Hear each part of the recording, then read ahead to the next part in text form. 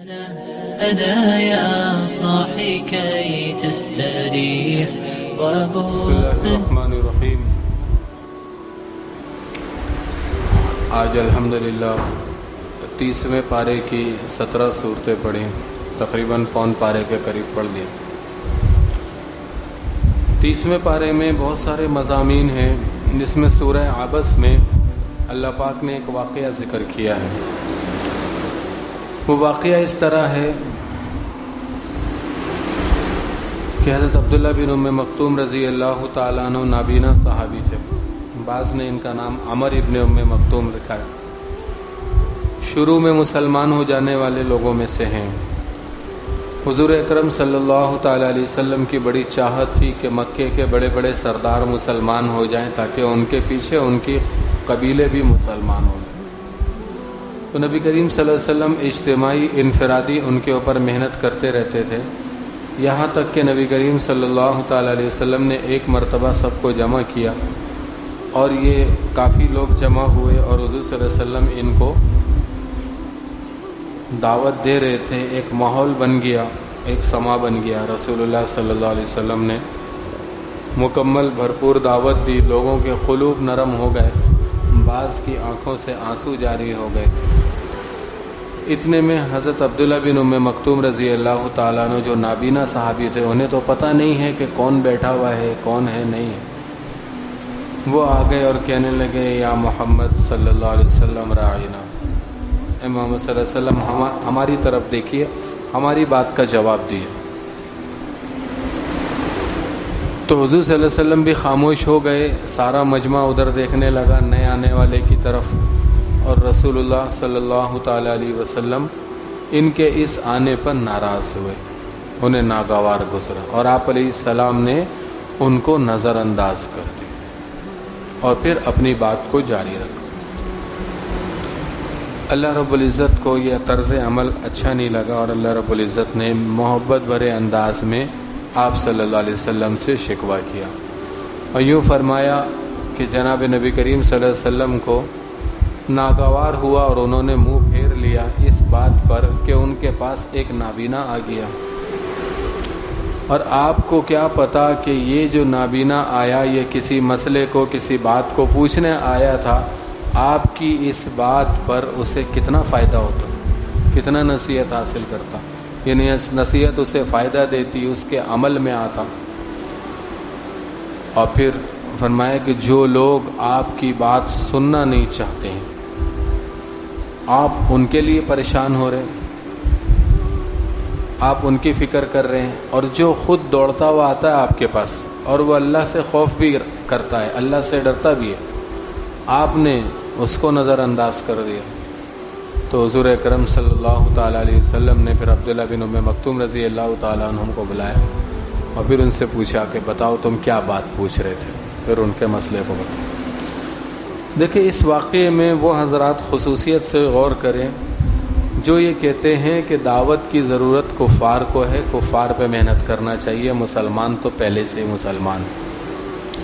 تو حضور صلی اللہ علیہ وسلم کفار پہ محنت کر رہے تھے، لیکن ایک مسلمان کو تربیت کی ضرورت پڑی اور حضور صلی اللہ علیہ وسلم نے منہ پھیر لیا. تو اللہ کو یہ بات پسند نہیں آئی کہ اس مسلمان کی تربیت اس کافر کے مسلمان ہونے سے زیادہ ضروری ہے، کیونکہ یہ مسلمان ہو چکا ہے.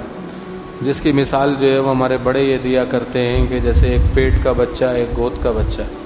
پیٹ کے بچے کا یقین نہیں ہے کہ زندہ پیدا ہوگا، یہ بھی یقین نہیں ہے کہ صحیح سلامت صحیح الاعضاء پیدا ہوگا، لیکن جو گود کا بچہ ہے وہ تو صحیح سلامت صحیح الاعضاء زندہ ہے، اس کی فکر کرنا زیادہ ضروری ہے. پیٹ کے بچے کی بھی فکر کرنا ہے، لیکن پہلے گود کے بچے کی. تو اسی طرح پہلے مسلمان کی اصلاح کی فکر کرنا. اور اللہ پاک نے فرمایا سورہ زاریات میں وَذَكِّرْ فَإِنَّ الذِّكْرَ تَنفَعُ الْمُؤْمِنِينَ، آپ نصیحت کرتے رہیں، آپ کی یہ نصیحت ایمان والوں کو نفع دیتی ہے.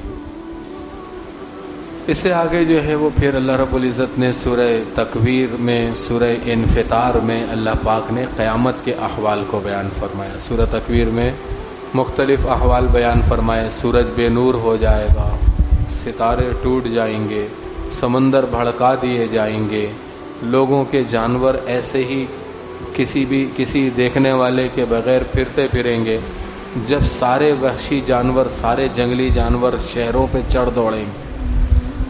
اور پھر اسی طرح فرمایا کہ جب قبروں کو اکھاڑ دیا جائے گا اور پھر زندہ دفن کی ہوئی بچی سے پوچھا جائے گا کہ کس جرم میں تجھے قتل کیا گیا تھا، اور فرمایا کہ آسمان کو کھول دیا جائے گا۔ سورہ نبا میں فرمایا کہ ایسے کھولا جائے گا کہ آسمان کے دروازے کھول دیے جائیں گے، اور پھر جہنم دہکا دی جائے گی اور جنت قریب کر دی جائے گی۔ تو ہر شخص جان لے گا کہ وہ کیا لے کر آیا، وہ کیا لے کر آیا ہے۔ ہر شخص جان لے گا کیا چھوڑ کے آیا اور کیا لے کر آیا۔ سورہ انفطار میں اللہ پاک نے ایک بہت یعنی کہ ایک افسوس بھرا شکوہ فرمایا، یا ایھا الانسان ما غرک بربک الکریم، اے انسان تجھے اپنے مہربان رب سے کس چیز نے دھوکے میں ڈال دیا، کس چیز کی وجہ سے تو نے اپنے رب کا در چھوڑ دیا، تو نے اپنے رب کی فرما برداری چھوڑ دی، کس چیز نے؟ یا ایھا الانسان ما غرک بربک الکریم، اے انسان تجھے اپنے کریم رب سے کس نے دھوکے میں ڈالا؟ الذی خلقک، جس نے تجھے بنایا، فسواک، سارے اعضاء صحیح دیے، سارے اعضاء دیے، فعدلک، اور صحیح سلامت دیے، فی ای صورت ما شاء رکبک، اور جس حسین صورت میں اللہ نے چاہا تمہیں بنا دے۔ دنیا میں سارے انسانوں کی شکلیں 100% کوئی بھی دو انسان ایک دوسرے سے نہیں ملتا، 70-80% تو ملتے ہوں گے، لیکن 100% دو انسان ایک جیسے کبھی نہیں ہوتے۔ یہ اللہ کے خزانوں میں نہ شکلوں کی کمی ہو رہی، نہ آنکھوں کی کمی ہو رہی، نہ زبان کی کمی ہو رہی، نہ دل دماغ کی کمی ہو رہی، سب کو اللہ پاک الگ الگ دے رہے ہیں۔ ہر ایک کے اللہ پاک فنگر پرنٹ بھی الگ کر رہے ہیں، ہر ایک کے فٹ پرنٹ بھی الگ کر رہے ہیں، حتیٰ کہ اب نئی تحقیق یہ آئی ہے کہ زبان کے اوپر بھی ایک پرنٹ ہے جو ہر انسان کا الگ ہے، جیسے انگلیوں کا پرنٹ الگ ہے، ہر انسان کا جو ہے وہ پرنٹ ہے۔ تو یہ اللہ رب العزت سب کو الگ الگ بنا ہے۔ اور پھر اس کے بعد سورہ تطفیف میں اللہ پاک نے فرمایا کہ وہ لوگ ہلاکت میں پڑ گئے، ہلاکت ہے ان لوگوں سے کہ لوگوں سے جب اپنا حق وصول کرتے ہیں تو پورا پورا لیتے ہیں، جب لوگوں کو دینا ہوتا ہے تو اس میں ڈنڈی مار دیتے ہیں، اس میں کمی کرتے ہیں۔ تو اب اس میں ہر وہ شخص داخل ہے جو ناپ تول میں کمی کرتا ہے، ہر وہ شخص داخل ہے اس کے اندر جو کہ پیسہ پورا لیتا ہے، چیز 2 نمبر دیتا ہے، چیز 1.5 نمبر دیتا ہے، وہ اس کے اندر شامل ہے۔ ہر وہ شخص شامل ہے جو چیز کا عیب نہیں بتاتا، وہ بھی اس کے اندر شامل ہے۔ اسی صورت میں اللہ پاک نے کچھ دوزخ کے اور کچھ جنت کے احوال بیان فرمائے۔ اس کے آگے جو پھر سورۃ البروج ہے، سورۃ البروج میں اللہ پاک نے ایک واقعہ بیان فرمایا کہ حضرت عیسیٰ علیہ السلام کی شریعت میں ان کے بعد ایک بادشاہ تھا، اس کے دربار میں ایک بہت بڑا جادوگر تھا۔